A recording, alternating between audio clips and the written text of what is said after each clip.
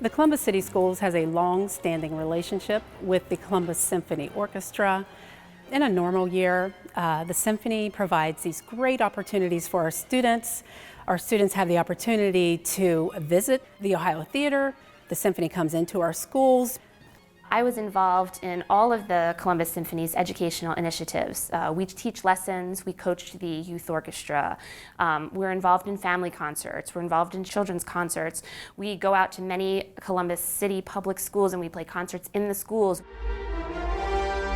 And on top of that, they get to see the professional musicians in their atmosphere. They get to see them performing.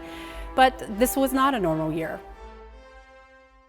We are so proud of what we accomplished during COVID, because 2 years ago, the organization had made a commitment to double the number of children we served in the course of 3 years. We really spent COVID doing things that we had always intended to do and always wanted to do and had never quite found the time to do. We had developed a kids website. We have the Kids Corner website. We also have a teens website now, and those are actually built and meant for educators, grandparents, parents. Hi, my name is John Pellegrino. I'm the assistant principal bass of the Columbus Symphony. They made more than 85 videos that are on our website.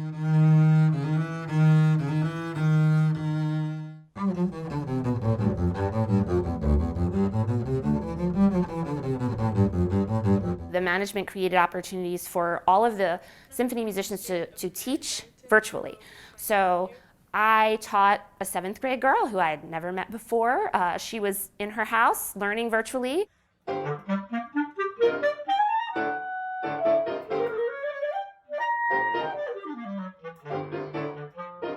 For the Columbus Symphony Youth Orchestras, there was a phase during early November where we did online Zoom sessions with Columbus Symphony members. They were master classes.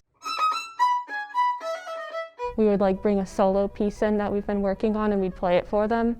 And it was a group setting, so you'd hear other students play and you'd hear all the feedback that they had. And if it was a group of violins, they'd have a violinist coach, so it was very specialized.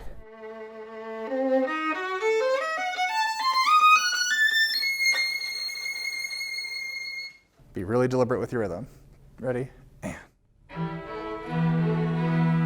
They gave me the techniques to further my own musicality. I was kind of a very shy player. I wasn't very expressive, and I wasn't quite getting the technique down. And to be able to play music at a harder level really helped me just get better with my technique, especially when they would show us okay, here's how you play this thing in the music, and it just really helped me grasp the concepts. Level 1 listening is just by yourself. It's just listening to yourself on how you play. Kind of the second level of this is listening to the people beside you, which are to your left and to your right. The third level of listening, and the highest level of listening, is going to be listening across the ensemble. So this side's trying to listen to the lower side listens all the way to the high side. And you're constantly switching. It's like those antennas, you're constantly switching who you're listening to. Having them work with us one-on-one or in small groups is an experience that I personally can't offer them. I am not a Columbus Symphony musician. I am actually a saxophone player, so I don't actually play a string instrument. But no matter where we're at playing-wise, in regards to student ability level, there's always something they can take out of it from being around those people that have spent so much time producing something that they love. I'm Chris Saetti, and I'm a violist in the Columbus Symphony Orchestra. Studying under somebody who is really professional compared to a teacher for a school is different. Professional musicians, they know more about the music and they comprehend it differently. So they gave us more pointers that we haven't been over with a regular school teacher. I think there are no better experiences than learning from someone who's truly a master at their own craft. Being able to learn and steal ideas and develop my own artistry and my own musicianship from those master musicians is something that's a worthwhile experience, even through the screen. Hi, my name is Caroline Hong, and you are listening to one of the most famous pieces ever written for piano and orchestra.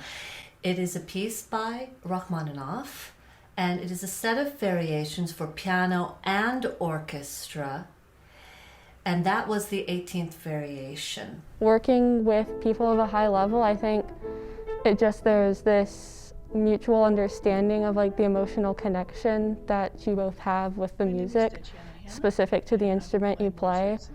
Working with a violinist of that level it just makes a lot of sense to me, like what they say and what they do, and it's just good to have like a role model to look up to constantly and like so nearby as well. It's comforting and reassuring.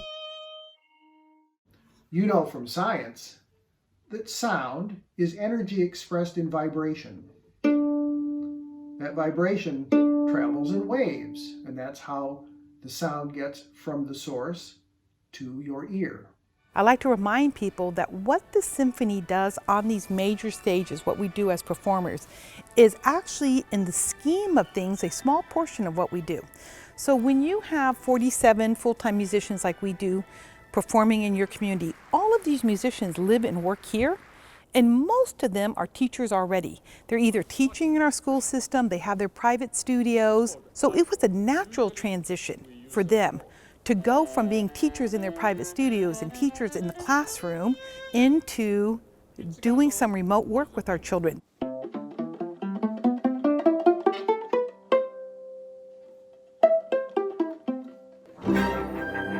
I hope that we integrate more of this technology into what we're doing, because so many students and so many people around the world have been able to see us because of the pandemic.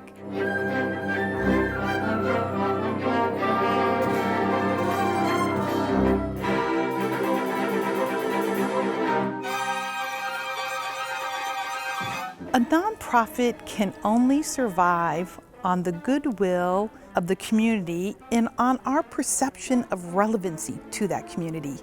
The symphony makes no mistake about it. We understand the importance of us being relevant. Whoever you are, whatever your walk of life is, we are here for you.